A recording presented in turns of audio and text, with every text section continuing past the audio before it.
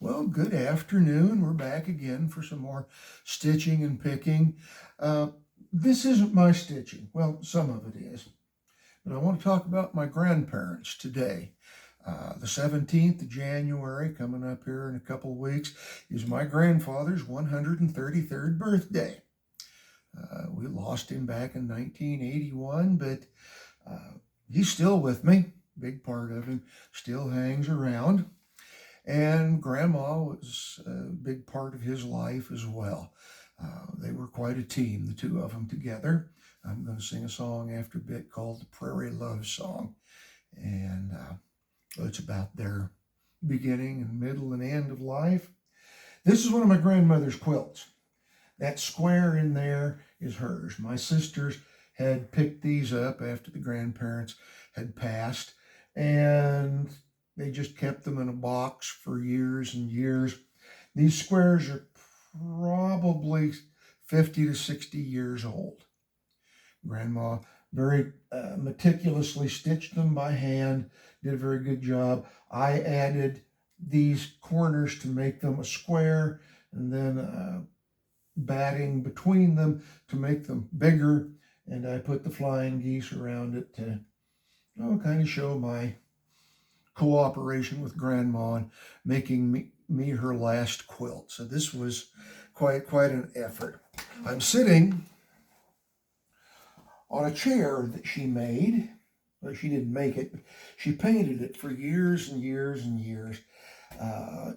During the Depression, during the time that she and Grandpa were struggling to raise a family, having wood furniture was a sign of being poor. And so she would paint everything every year. And she liked this turquoise. This chair was turquoise. She had a peach color that she really liked, and it was probably that 2 or 3 times. I had an old dry sink and a beautiful walnut dresser and my bedside stand that she had also painted. I stripped all the paint off them, and I have very nice furniture upstairs. My daughter has my dry sink.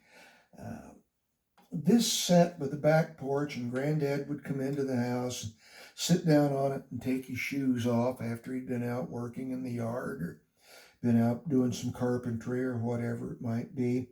He'd sit down, kick his shoes off, and this sat outside for a while.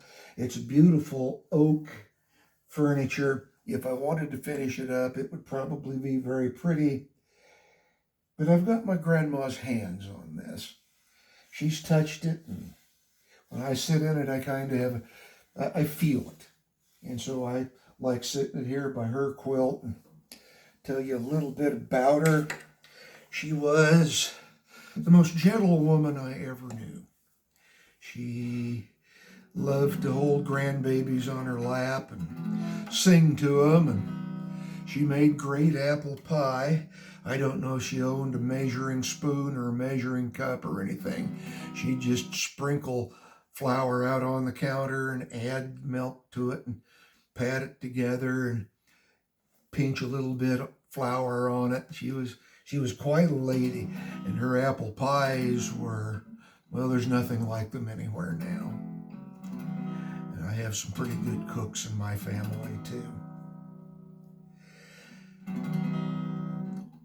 She liked to rock us grandkids to sleep, and of course I don't remember being a baby and being rocked by Grandma, but she had kind of a routine. We'd walk into the kitchen off the back porch, and she'd put her apron up on the hook on the counter that she always kept it on, and she'd wash her hands off, dust herself off a little bit, go sit in her rocker, and you were expected to put that baby on her lap. So Mama would walk in and put in order me and my 3 sisters on Grandma's lap. And then came the day when she'd sing to us. She'd sing this song. If anybody out there knows the rest of this song, why, I'd sure like to look it up for me. If you know it, why, send me where I could find it. Mousy, Mousie, who's gonna watch your babies? Mousie, Mousie, who's gonna watch them home? A little mouse once had a house all made of straws and wood, and that's as far as I can go with it. But I remember her singing Mousie. Grandma's parents were both Danish. They came over from Denmark. Her mother's name was Susan. Her father's name was Jans. That's my middle name. I called it Jens for about the first 70 years of my life. And I met a Dane down at the coffee house where I play, and he corrected me on it. So his name was Jans Pedersen. My dad kind of remembered him. He'd talk about Grandpa, and he said he spoke with kind of a thick accent. But Grandma, my grandmother, their daughter, never spoke Dane. They came over when the Germans were taking over the Sudeten and all of northwestern Europe at the turn of the century before World War I. 9 of my great-grandfather's older brothers were killed by the Germans in the various wars. And so his mother walked him down to the harbor, put him on a boat for the New World. There was an uncle and aunt waiting for him in New York where he'd meet at Ellis Island. And he eventually found his way out to Iowa where he met great-grandma Susan, and they moved to Colorado. And that's a story I tell in my song. But she'd sing that song to us, and I know there were other little songs that she would sing also. But came the day that my wife and I went down to visit Grandma and Granddad. We had our first baby, and she was in the kitchen making a pie, and she saw us come in. She smiled because she'd been kind of coaxing a little bit for a great-grandchild, as my parents had been coaxing a little bit for a grandbaby.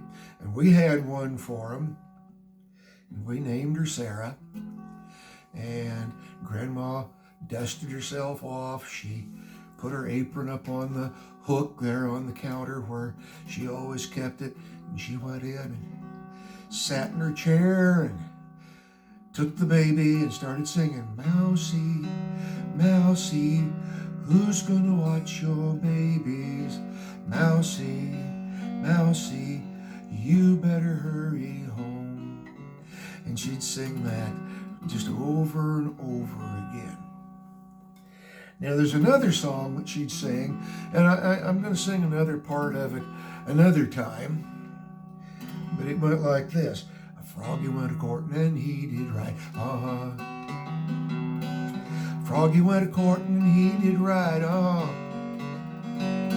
Hey, Froggy went a-courting, he did right, sword and pistol by his side,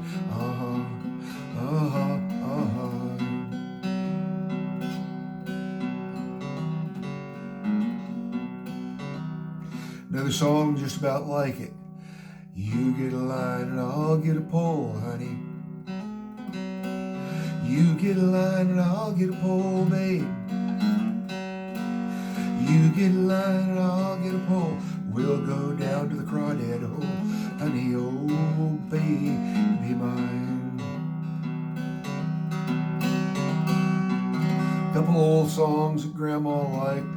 I know another one that she liked to hum was an old, I believe it was a Cowboy Copus song. He died in that plane crash with Patsy Cline.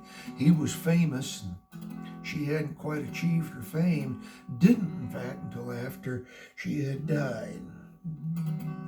I overlooked an orchid while searching for a rose. The orchid that I overlooked was you. And she'd hum that all day long. She was always humming, always singing something, and it kind of lit up the house. I've got a little bit different weapon here today. This is an old 1930s Montgomery Ward's Gibson archtop F-hole. guitar. It's been in the family. Well, I think my Uncle Harry bought it back in the 1930s. He took it with him everywhere he went. He lost his hearing eventually. He kept playing his fiddle for a long time after he lost his hearing. I heard him play his fiddle a couple of times. Probably shouldn't have. But he had been quite a musician, and he was quite a guy. I will tell you a story about him and this guitar next time around. But I want to sing a song about my grandparents. Special, special people they were.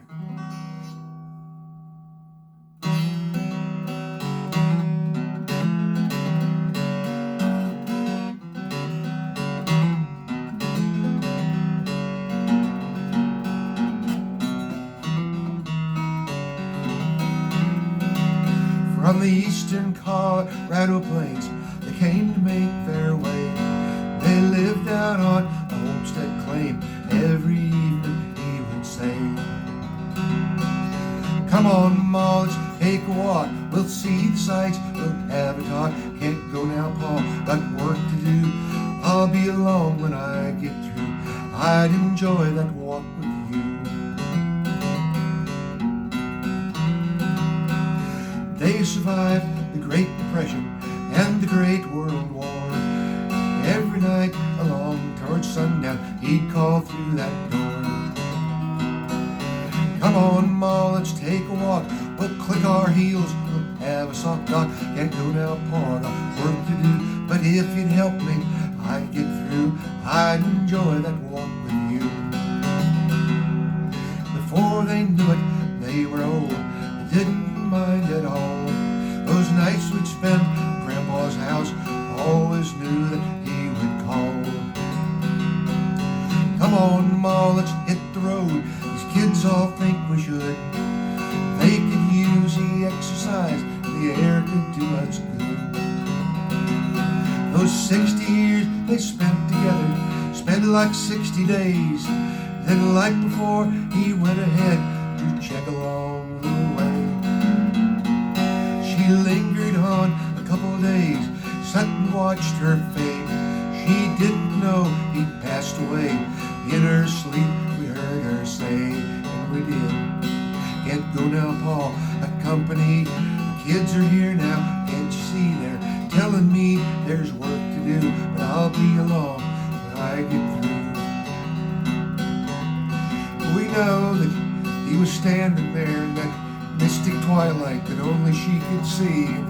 He was young again, helping, calling to her, beckoning. "Come on, Ma, it's time to go. It's over now, don't move so slow. Things are better here, you'll see."